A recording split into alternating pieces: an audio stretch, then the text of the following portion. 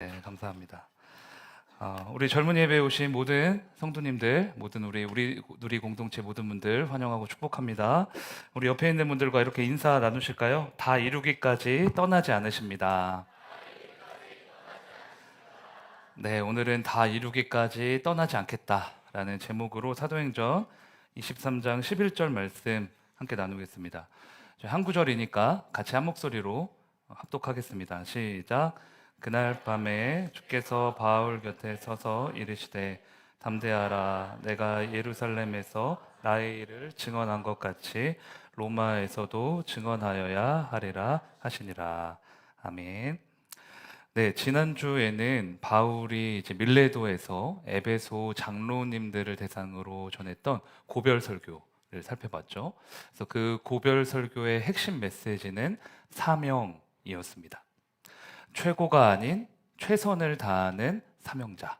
하나님 맡겨주신 일에 충성을 다하는 사명자가 되자라고 말씀 나눴습니다. 그리고 이제 20장, 21장, 22장을 건너서 마이크가 좀 큰 것 같은데요.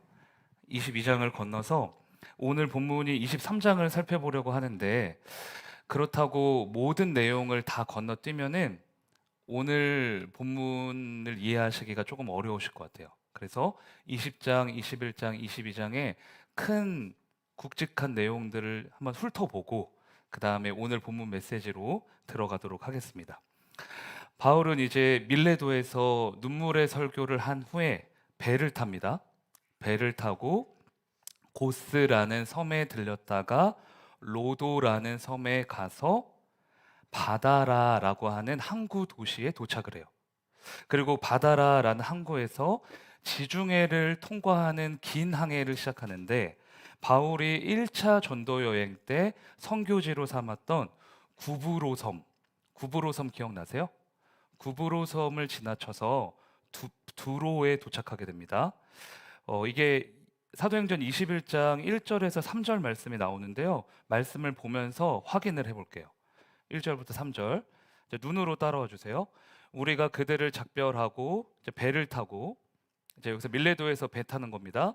바로 고스로 가서 이튿날 로도에 이르러 거기서부터 바다라로 가서 베니게로 건너가는 배를 만나서 타고 가다가 구브로를 바라보고 이를 왼편에 두고 수리아로 항해하여 두로에서 상륙하니 돼 있죠.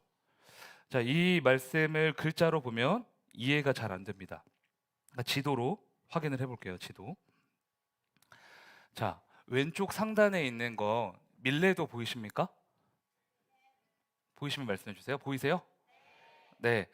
밀레도에서 출발합니다. 바울이 배를 타고 밑에 있는 고스 섬에 갔다가 오른쪽 아래에 로도라는 섬 보이시죠? 네, 로도에 들립니다. 그리고 오른쪽으로 쭉 직진해서 바다라라고 하는 항구 도시 보이시죠? 바다라는 도시 이름인데 여기 이제 도착해요. 여기서 이제 재정비를 하고 지중해를 관통하는 아주 긴 항해입니다. 긴 항해를 떠나는 겁니다. 배를 타고 한참 가다가 구브로 보이시죠? 네, 구브로 가운데 있는 구브로 섬 기억나실지 모르겠는데 구브로는 바나바의 고향이기도 하고요. 1차 전도 여행의 공식적인 첫 번째 선교지이기도 합니다. 그 구브로를 지나서 베니게 속주에 속하는 저 오른쪽에 있는 두로라는 도시에 상륙을 하는 거예요. 자, 이해되셨죠? 이해 안 되셨나요? 이해되셨죠? 네. 자, 여기까지 PPT 띄워주시면 되고요. 자, 여러분 두로라는 도시 혹시 들어보셨나요? 두로. 예수님이 한창 사역하실 때 두로에 가신 적이 있는데 여기서 어떤 여인이 예수님에게 은혜를 구합니다. 마가복음 7장에 나오는 사건인데 이 여인의 딸이 귀신에 들려가지고 예수님의 소문을 듣고 찾아와서 간청을 하는 거예요. 내 딸 고쳐달라고. 귀신 들렸으니까 그거 치료해달라고. 근데 예수님이 뭐라고 하시냐? 나는 이방인에게는 은혜를 베풀 수 없다. 딱 잘라 거절하세요. 그랬더니 두로에 사는 이방 여인이 예수님께 재차 간구합니다. 예수님, 하찮은 개에게도 땅에 떨어진 부스러기는 주지 않습니까? 제가 개여도 좋습니다. 그러니 부스러기 은혜라도 주십시오. 이 사건 아시죠? 네. 그랬더니 예수님이 이 여인의 믿음을 받으시고 딸을 구원해 주잖아요. 거기가 바로 두로예요. 이 여인이 두로 여인입니다. 바울이 지금 예수님 당시 이방 지역, 즉 죄인들이 이제 있다고 취급받았던 두로에 도착을 합니다. 근데 가보니까 두로에 이미 복음이 다 전파돼 있는 거예요. 바울이 얼마나 열성적이고 성실했던 선교사였는지 바울이 이전에 1차, 2차, 3차 선교 여행을 했잖아요. 그때 전했던 복음들이 이 두로 지역에도 다 이제 전파되어 있었던 겁니다. 이미 그곳에 예수님의 제자들이 있고 두로 교회도 세워져 있었어요. 그래서 바울은 두로에 있는 예수님의 제자들을 만나 회포를 풀게 됩니다. 오랜만에 이제 밀렸던 이야기도 나누고 교제도 하고 상담도 하고 이제 그랬던 거죠. 그런데 두로의 성도들이 성령의 감동하심을 입어서 바울에게 이렇게 권면합니다. 바울 선생님, 지금 예루살렘에 가려고 하시는 거죠? 안 됩니다. 우리가 기도해봤는데 성령님이 거기는 굉장히 위험한 곳이라고 알려주셨습니다. 가면 안 됩니다. 이게 21장 4절이에요. 보실까요? 제자들을 찾아 거기서 이레를 머물더니, 여기가 두로예요. 그 제자들이 성령의 감동으로 바울더러 예루살렘에 들어가지 말라 하더라. 두로에 있던 성도들도 알고 있었던 거예요. 바울이 예루살렘에 가면 틀림없이 큰 환난을 당하게 될 것이다. 그래서 이것만큼은 말려야 한다. 그 성도들도 기도하는 사람들이었으니까 이제 성령님을 통해 깨달음이 있었던 거죠. 그러나 바울은 이 성도들의 만류를 뿌리치고 계속 자신의 갈 길을 갑니다. 그들과 작별을 한 후에 다시 배에 올라서 두로를 떠나요. 그리고 돌레마이를 거쳐 가이사랴라고 하는 곳에 도착하게 됩니다. 지도를 다시 한번 볼까요? 자, 두로 찾으셨죠? 두로 보이시죠? 예, 두로 밑에 뭐가 있죠? 돌레마이. 여기 하루만 딱 정박했다가 다시 그 밑에 있는 어디로 가요? 예, 가이사랴. 이거를 머릿속에 좀 넣어 주셔야 돼요. 가이사랴에 가보니까 또 누가 있었냐? 사도행전 6장에 나오는 7집사 중에 빌립 집사님이 있었어요. 근데 가보니까 빌립 집사님이 있는 거예요. 근데 빌립 집사님은 사도행전 8장에 가보면 사마리아 지역을 전도했던 전도자였거든요. 그리고 나서 빌립이라는 인물이 성경에서 사라져요. 그러다가 지금 사도행전 21장에 와서 갑자기 빌립 집사님이 다시 등장하는 겁니다. 빌립 집사님에게는 딸이 4명 있었는데 몇 명이요? 예, 딸만 4명. 근데 이 모든 딸이 다 예언하는 사람들이었다라고 성경에서 증언하고 있어요. 아버지뿐만 아니라 자식들에게도 큰 은사가 있었던 것 같아요. 그리고 바울은 그곳에서 또 다른 인물을 만나게 되는데 바로 아가보라고 불리는 선지자입니다. 아가보는 사도행전 11장에 나오는 사람이에요. 예루살렘에 큰 흉년이 있을 거라고 예언했던 아주 유명한 선지자입니다. 그 당시 유대인들에게 굉장한 영향력이 있었던 선지자, 예언자, 아가보예요. 근데 그 아가보가 가이사랴에서 바울을 딱 만난 다음에 두로 성도들과 똑같은 말을 하는 거예요. 당신 예루살렘에 가면 안 된다. 성령이 나에게 알려주셨는데 지금 예루살렘에 당신을 결박하려고 하는 유대인들이 기다리고 있다더라. 당신을 결박해서 이방인의 손에 넘겨주려고 음모를 꾸미고 있다. 그러니까 가지 마라. 사도행전 21장 11절입니다. 같이 읽어보실까요? 시작.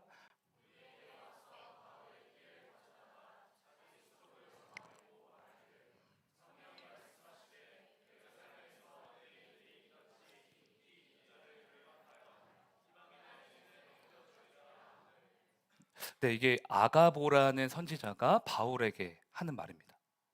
근데 상황이 이렇게 흘러가니까 바울 옆에 있던 누가를 포함한 동역자들도 바울에게 예루살렘에 안 갔으면 하는 마음을 내비쳐요. 이 정도면은 안 가야 되는 거 아닌가? 이게 12절이에요.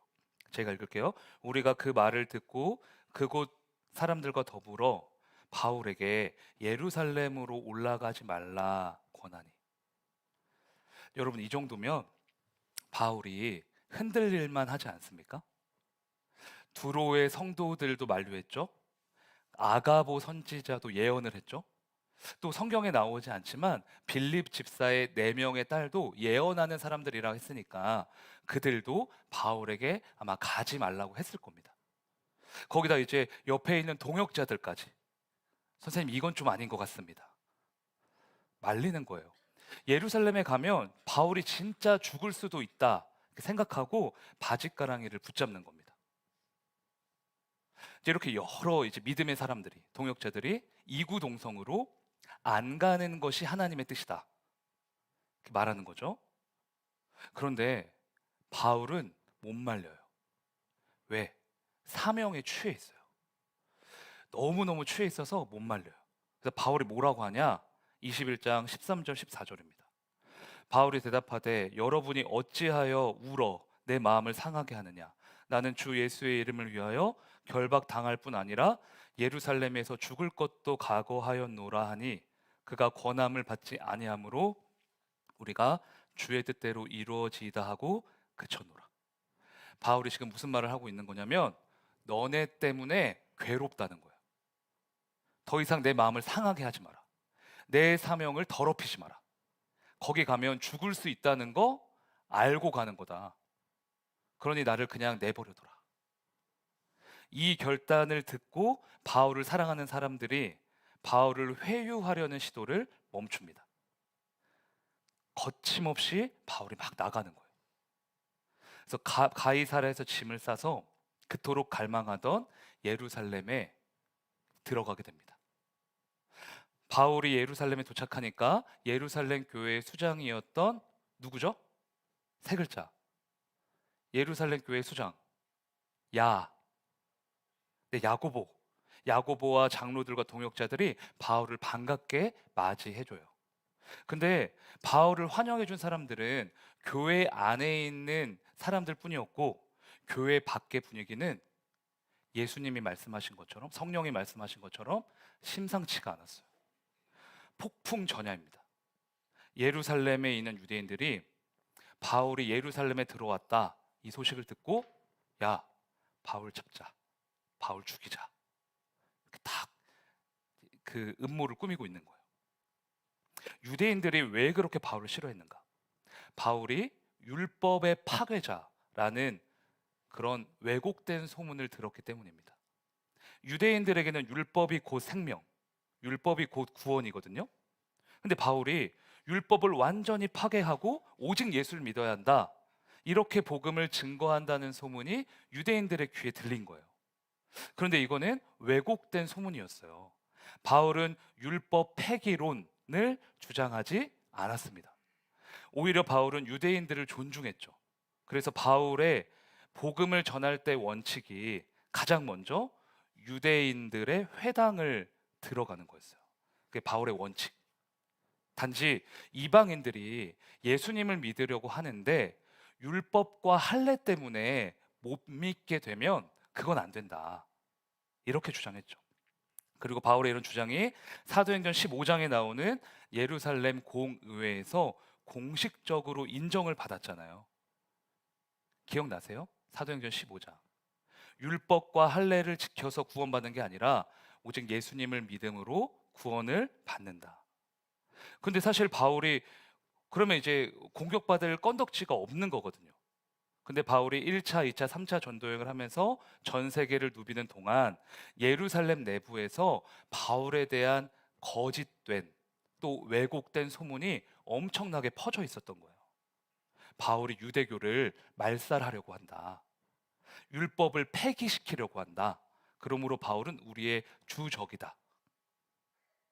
그리고 게다가 바울은 원래 유대인 공동체에서 지도자급이었는데 가장 촉망받는 똑똑하고 유능한 젊은 청년이었는데 어느 날 예수를 믿고 완전히 변해버렸으니까 괘씸한 거예요.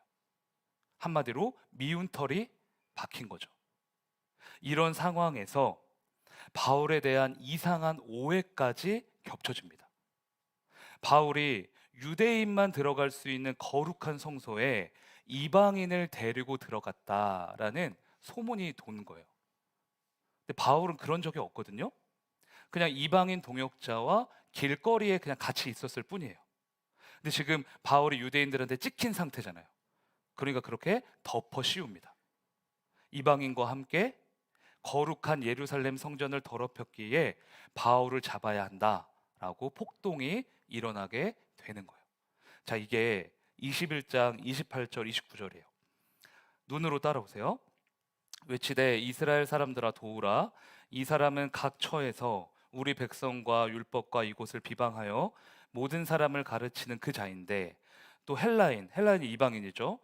헬라인을 데리고 성전에 들어가서 이 거룩한 곳을 더럽혔다 하니, 이는 그들이 전에 에베소 사람 드로비모가, 이게 이제 이방인 동역자예요. 드로비모가 바울과 함께 시내에 있음을 보고 바울이 그를 성전에 데리고 들어간 줄로 생각함이로라.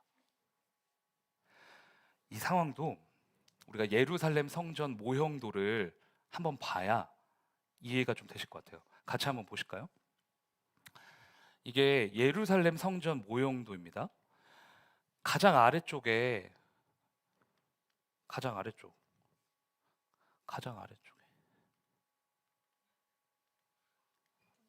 보이나요? 안 보이네요. 보이세요? 아, 네, 네, 네. 여기 계단 보이시죠? 여기 계단에 누가 이제 이 계단으로 누가 들어가냐?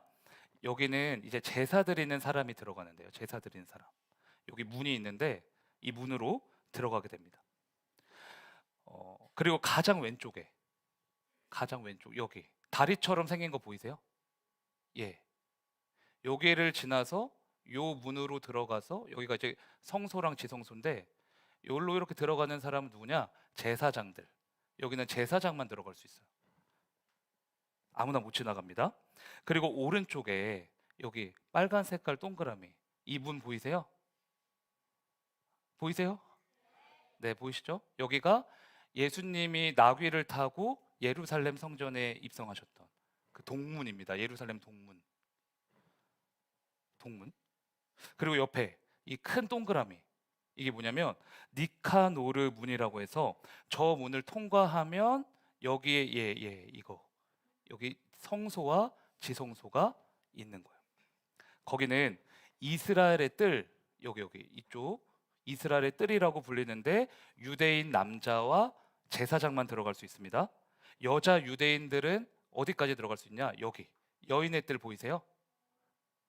보이시죠? 네, 여인의 뜰 여기까지만 들어갈 수 있어요. 니카노르 문 여기를 넘어갈 수가 없습니다. 그러면 그 밑에 이제 이방인의 뜰 여기 이 경계선 이렇게 보이시죠? 이 이방인의 뜰 여기는 왜 만들어놨을까요? 이방인의 뜰은? 네? 네, 여기까지만 이방인이 들어갈 수 있어요. 지금 이스라엘에 가도 있습니다. 그 문은 없어졌는데 돌에 크게 새겨져 있어요. 이방인은 여기 이상 넘어오면 죽는다. 그렇게 써져 있어요. 그래서 이방인의 뜰은 이방인은 여기까지만 들어갈 수 있어. 여기는 절대 들어가면 안 돼. 그렇게 경계를 해놓은 거예요. 근데 유대인들이 바울을 모함한 거죠. 바울이 이방인을 여기까지 이 성소까지 데리고 들어갔다. 이거는 유대교에 대한 모독이고 거룩한 성전을 더럽힌 죄다. 워낙 이제 미운 털이 박혀 있었으니까 그렇게 덮어 씌우는 거죠. 그래서 바울이 예루살렘에서 결국 잡히게 돼요. 유대인들이 폭동을 일으켜서 바울을 잡아서 성전 밖으로 내쫓아 버립니다. 그리고 흥분한 군중들이 바울을 때려 죽이려고 하던 찰나에 말도 안 되는 일이 일어나요. 사도행전 21장 31절 32절. 한번 읽어볼까요? 시작.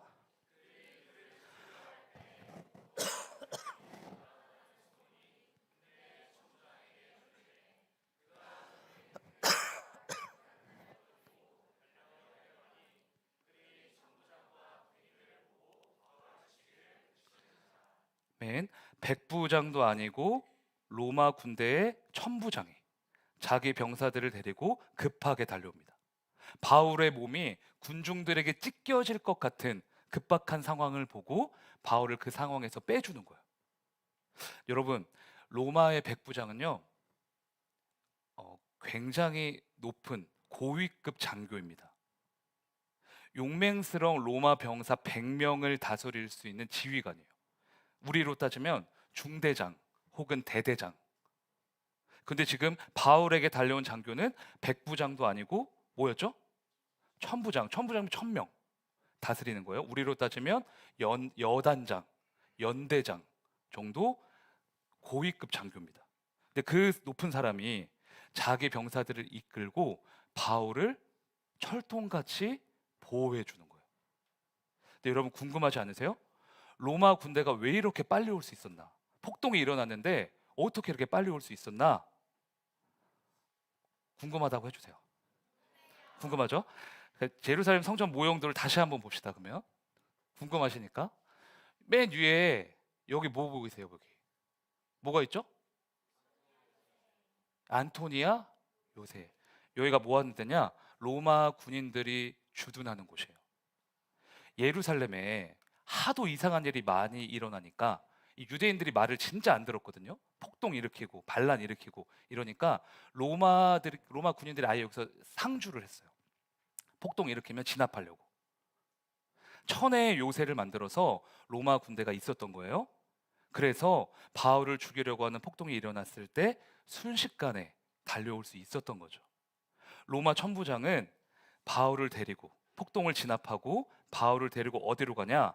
자신들이 거주하는 안토니아 요새, 아까 봤던 그 진영 안으로 들어갑니다. 이건 그림 한번 보여드릴게요. 예, 이게 안토니아 요새 그 그림이에요. 그 밑에 누가 있는 것 같아요? 여기 사람들? 이게 유대인들이겠죠.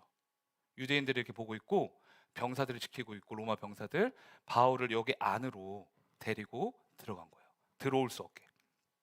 자, 유대인들이 박쫓던 개신세가 돼버렸습니다. 유대인들이 엄청 많은데 할 수 있는 거 아무것도 없어요. 왜? 천부장이 계단 위로 데리고 올라가서 바울을 안토니아 요새에 데리고 갔잖아요. 즉 바울은 가장 위험한 곳에서 가장 안전한 곳으로 이동을 하게 된 겁니다. 자신이 의도한 게 아니라 상황이 그렇게 돼버렸어요. 자, 여러분 여기서 이제 생각을 해봐야겠죠. 이런 놀라운 상황을 누가 섭리하셨을까요? 보이지 않는 곳에서 큰 그림, 이 큰 그림을 그리신 분이 누구이시겠습니까? 하나님이시죠. 가장 강한 로마 군인들과 가장 튼튼한 요새를 통해 바울을 지키신 거예요. 이게 오늘 우리가 붙잡아야 할 메시지입니다. 하나님은 바울에게 예루살렘에 가야 한다는 사명을 주셨어요. 그런데 그 사명은 옆에 있는 모든 동역자들이 정말 위험하다고 느낄 만큼 위험한 사명이었죠. 진짜 목숨 걸어야 되는 거예요. 하나님은 그렇게 바울을 예루살렘에 보내셨습니다. 그리고 실제로 성령이 예언하셨던 것처럼 핍박받고 고난받고 죽을 위기에 처하게 됐죠. 그런데 중요한 게 뭐예요? 하나님은 바울에게 사명만 주신 게 아니라 그 사명을 이룰 수 있도록 끝까지 지켜주셨다는 거예요.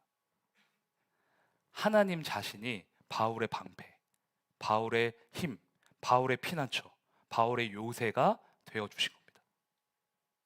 안토니아 요새에 들어간 바울은 로마 천부장에게 신문을 받게 됩니다. 너 무슨 잘못했냐?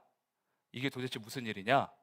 추궁을 받게 돼요. 근데 바울이 참 똑똑한 게 로마 천부장에게 오히려 요구를 합니다. 내가 혈통은 유대인이지만 로마 다소 출신이라서 헬라 말을 잘합니다. 그러니 나한테 변론할 수 있는 기회 한 번만 주십시오. 그래서 천부장이 바울에게 기회를 줘요. 그런데 바울이 진짜 대단한 게 그 시간을 자신의 억울함을 호소하고 변론하고 이렇게 사용한 게 아니라 예수 그리스도를 증거하는데 사용해요. 수많은 유대인들이 밑에서 자기 말을 듣고 있잖아요. 때는 이때다 한 거예요.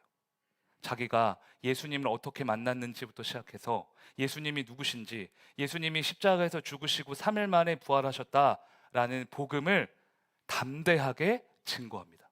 그게 사도행전 22장. 근데 옆에서 천부장이 바울의 연설을 쭉 들어보니까 이거는 바울을 벌할 수 있는 문제가 아닌 거예요. 종교적인 문제처럼 느껴지는 거죠. 그래서 바울을 풀어주고 너네끼리 알아서 해라 이렇게 해요. 그래서 바울이 어디 가게 되냐? 유대인들의 최고 의결 기관인 공회로 가게 됩니다. 바울이 피고인, 유대 종교 지도자들이 원고, 검사가 돼서 재판을 받는 거예요. 거기서도 바울이 막 변론을 하는데 바울의 말을 듣고 바리새파와 사두개파가 싸움이 일어나요. 근데 이거는 설명하면 너무 오래 걸리니까 건너뛸게요. 하여튼 바울의 말을 듣고 그 유대인들 자기네들끼리 이제 싸움이 일어난 겁니다. 그래서 천부장이 옆에서 보다가 바울에게 또 불통이 튈까봐 바울을 보호하면서 안토니아 요새로 다시 데리고 들어갑니다.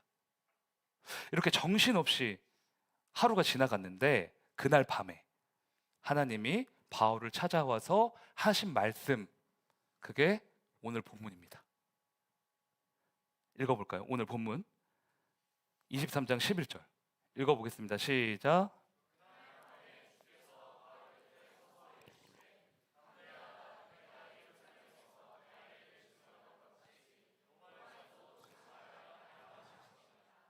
아멘. 네, 오늘 앞에가 다 배경이었고요. 결국 오늘 메시지는 이건데 담대하라, 용기를 내라 촉구하십니다. 왜? 지금 네가 예루살렘에서 나를 증언한 것 같이 로마에 가서도 나를 증언해야 돼. 그러니까 힘을 내. 결코 여기가 끝이 아니다. 어떤 일이 있어도 너는 로마에 갈 거야. 그러니까 힘을 내라. 즉 너는 여기서 절대 죽지 않는다. 그거죠. 내가 너에게 준 사명은 예루살렘까지가 아니라 로마까지야. 그 사명을 이룰 때까지는 내가 너를 절대 떠나지 않을 거다. 너를 버리지 않을 것이다.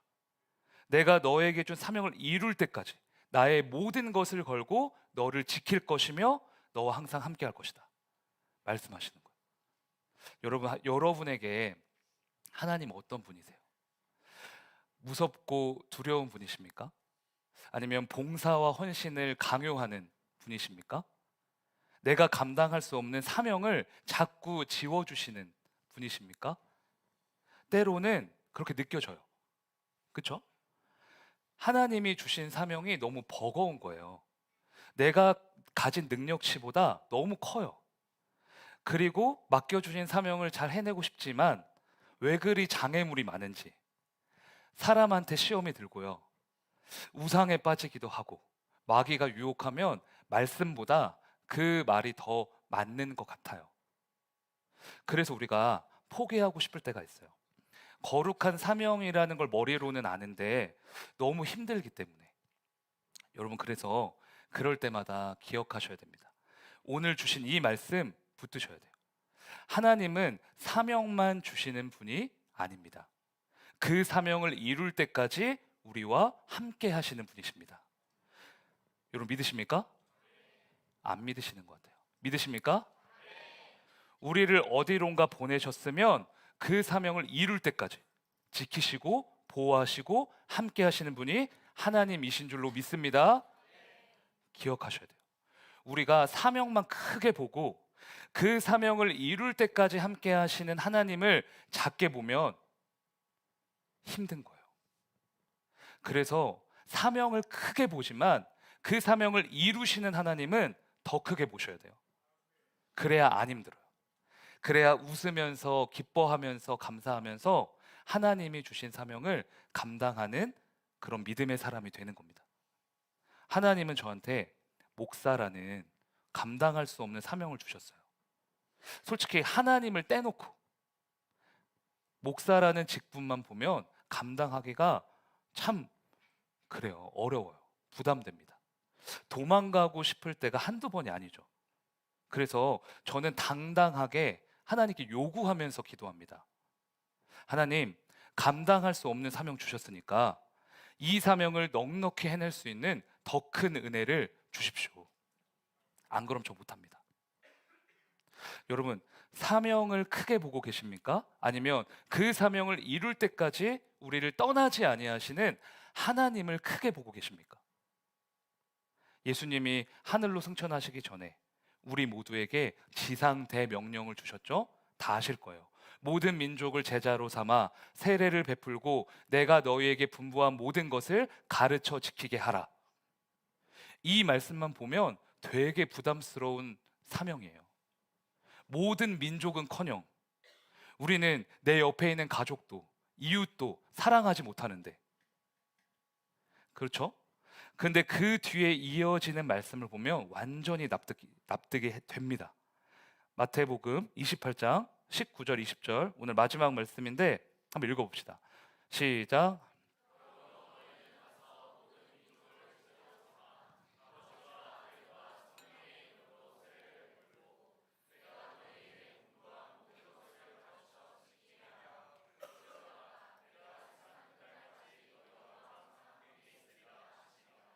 아멘. 그 사명을 이룰 때까지 우리와 함께 하신대요. 세상 끝날 때까지 우리를 지키신다고 약속하십니다. 여러분, 그러니까 담대하셔야 되는 거예요. 세상에 나가서 쫄지 마십시오. 어깨 펴고 고개를 들고 당당하게 내가 예수님의 자녀다. 온 세상의 구주는 예수 그리스도 한 분이시다. 담대하게 증거하시기를 바랍니다. 나에게 주신 사명을 이룰 때까지 나를 절대 떠나지 아니하시는 그 예수님 믿고 바울처럼 거침없이 전진하는 저와 여러분들 되시길 주님의 이름으로 축원합니다. 저를 따라 고백하겠습니다. 다 이룰 때까지 떠나지 않으십니다. 네, 오늘은 주품에 찬양하면서 하나님이 우리를 지켜주실 것을 믿음으로